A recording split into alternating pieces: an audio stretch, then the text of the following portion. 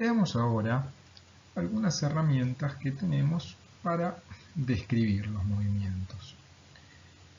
Y antes de hacerlo, vamos a describir un par de conceptos que tienen que ver con dos formas de describir el movimiento de un fluido. Una es a través de el punto de vista que se suele llamar lagrangiano y el otro desde el punto de vista euleriano. La descripción lagrangiana lo que hace es seguir el rastro de una partícula en el tiempo. Esto suele ser útil cuando uno en general sigue un sólido, el movimiento de un sólido. Es decir, uno por ejemplo tiene una pelota que la va siguiendo en su recorrido a lo largo del tiempo. Esa sería la descripción lagrangiana. Pero en los fluidos, la verdad que es difícil porque uno tiene que definir cuáles son las partículas, el fluido en sí mismo es un continuo. Entonces, bueno, cómo uno identifica las partículas y va viendo cómo se desplazan en las distintas direcciones puede ser un problema. Además, estas parcelas de fluido o porciones de fluido, o que en realidad llamamos partículas, se deforman continuamente a medida que se va desarrollando el escurrimiento. Acá aparece la palabra flujo, flujo o escurrimiento son sinónimos, ¿sí?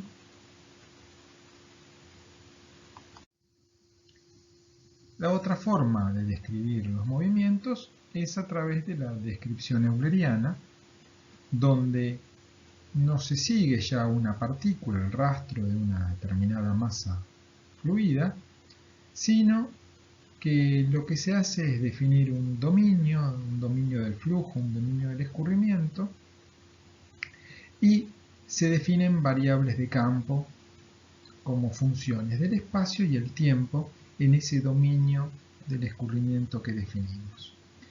Cuando uno habla de una variable de campo, lo que está haciendo es, por ejemplo, con la velocidad, es caracterizar el vector velocidad, que por supuesto tiene un módulo y una dirección, en cada uno de los puntos y en cada tiempo.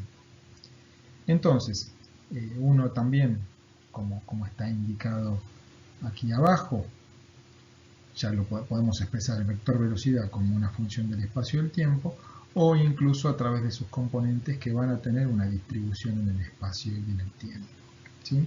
Trabajando esto en coordenadas cartesianas con la terna intrínseca.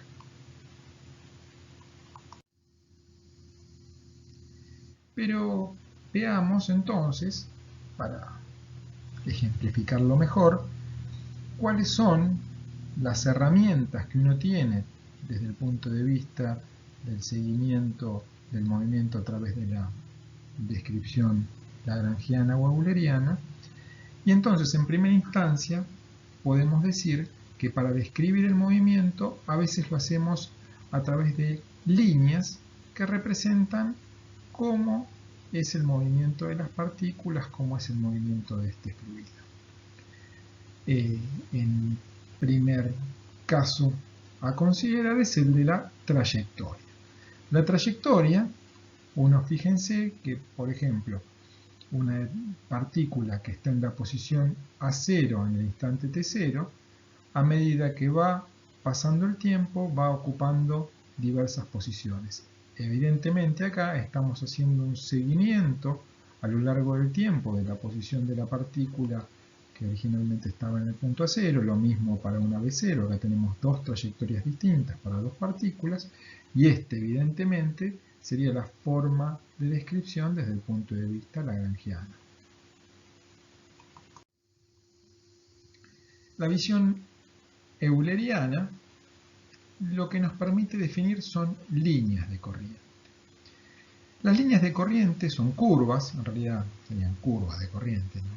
Pero son curvas en donde en cada punto de esa curva el vector local instantáneo de la velocidad es tangente a ese punto y por supuesto a la curva. Entonces, por ejemplo, si esto es una línea de corriente, en el punto XY, que tiene un determinado vector velocidad, este vector velocidad va a ser tangente a la línea de corriente. ¿Cómo entonces uno podría ir determinando? Bueno, evidentemente, en la dirección del vector velocidad uno toma un nuevo punto y ese nuevo punto también debería ser tangente, como está representado acá con este vector más naranjita. Y en la dirección del vector naranjita uno podría tomar un punto y ese punto evidentemente va a tener que tener un nuevo vector tangente indicado acá a través de este vector rojo. Entonces, en definitiva, uno puede interpretar la línea de corriente como el envolvente de los vectores velocidad de las partículas tomadas en la dirección del vector velocidad de la partícula anterior. Todo esto para un cierto instante. Es decir, que nosotros no hacemos, como en la trayectoria, un seguimiento de la posición de la partícula, sino lo que uno está haciendo es como una foto del escurrimiento donde en cada punto va a estar caracterizado en ese instante por un determinado vector velocidad. Una línea de corriente va a ser una línea tal en la cual los vectores velocidad son siempre tangentes a esa línea de corriente.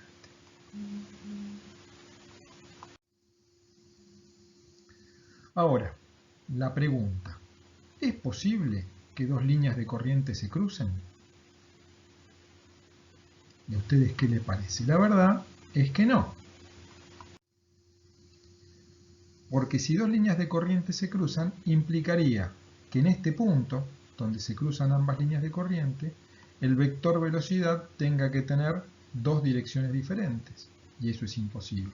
Con lo cual, una conclusión muy interesante de las líneas de corriente es que las líneas de corriente de un determinado escurrimiento nunca pueden cruzarse.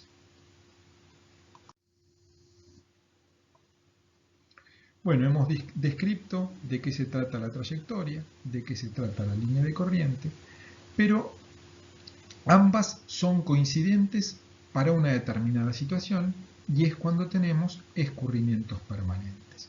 Si los escurrimientos son permanentes, las líneas de corriente y las trayectorias son coincidentes. Muchas veces vamos a estar trabajando con escurrimientos permanentes, entonces bueno, ahí uno lo puede interpretar de ambas maneras.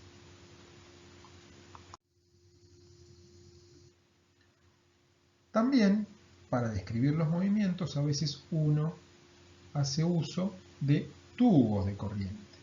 ¿Qué es un tubo de corriente? Bueno, un tubo de corriente está compuesto por un conjunto de líneas de corriente que en un cierto instante se apoyan sobre una directriz, que sería una curva cerrada, de la forma que corresponda, ¿sí? Pero cerrada al fin. Entonces, todas las líneas de corriente que pasan por esta curva cerrada van a conformar un tubo de corriente.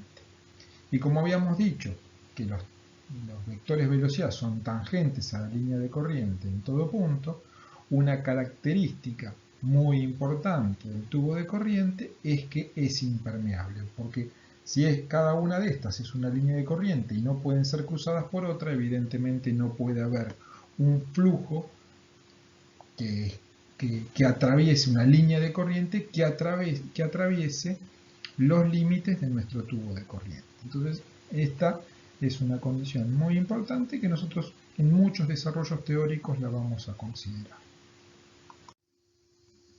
Por último, desde el punto de vista conceptual, también vamos a definir el filamento de corriente, que no es ni más ni menos que un tubo de corriente, pero de directriz, la superficie o el perímetro de esta directriz es infinitamente pequeño, es decir, que la sección que va a definir la directriz del tubo de corriente es una sección de tamaño diferencial de omega, y nos define entonces ya no el tubo de corriente por esta directriz grande, sino que va a ser como una especie de tubo de corriente diferencial.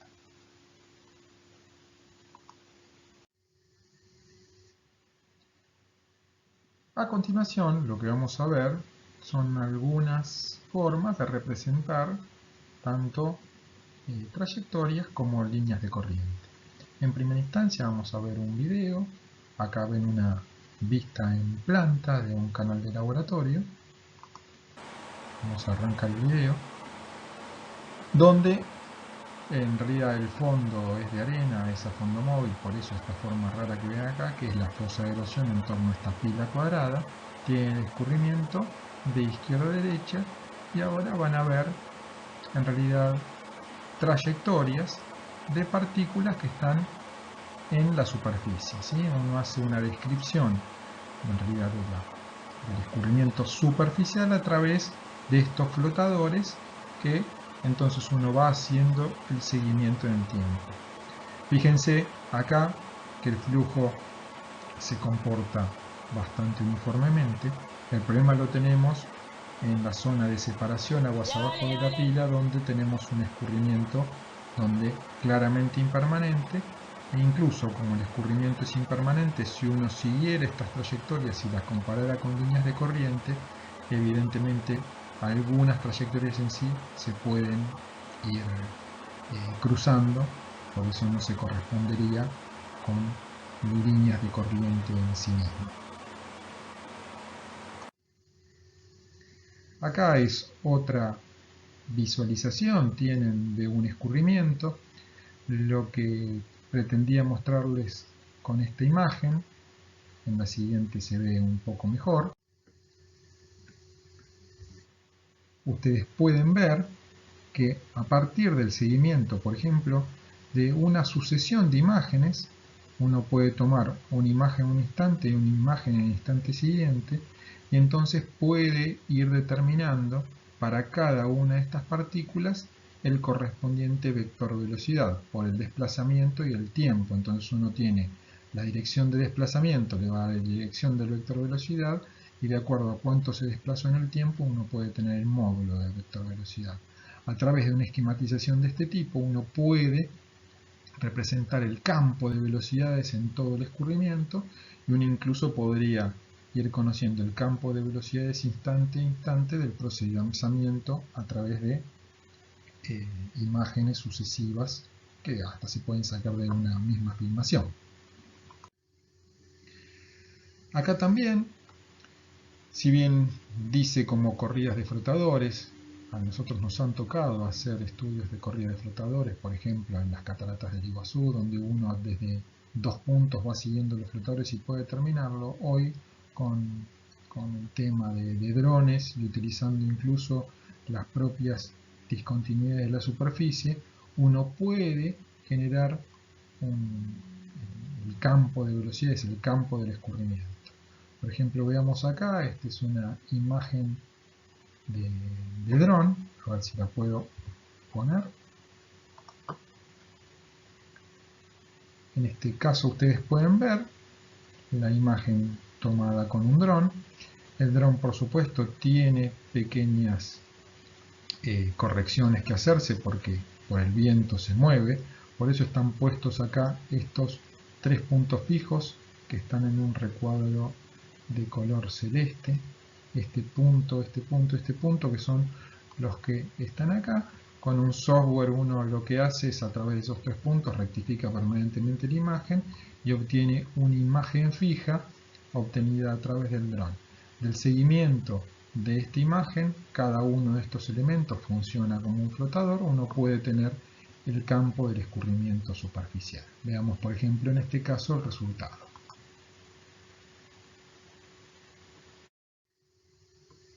Este sería, por ejemplo, el resultado de los vectores de velocidad. Tienen en cada una de esas, tienen incluso líneas de corriente, tienen los vectores de velocidad, e incluso en distintas tonalidades tienen representados los módulos de los vectores de velocidad.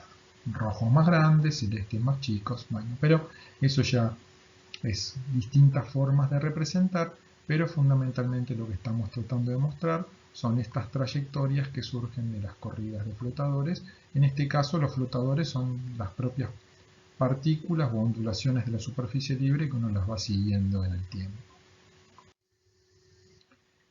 Respecto de líneas de corriente, estos son resultados de modelos numéricos, esto es un modelo numérico bidimensional, este es un detalle de un sector de aquí, donde muchas veces, como salida de modelos, uno directamente representa líneas de corriente. Es una muy buena información que surge de lo que sería el análisis descriptivo del flujo. Este sería, por ejemplo, el flujo en torno a algunas islas en el Paraná. Esta es la zona de empedrado en Corrientes, este es el río Paraná, estas son una serie de islas que son muy comunes en el río Paraná.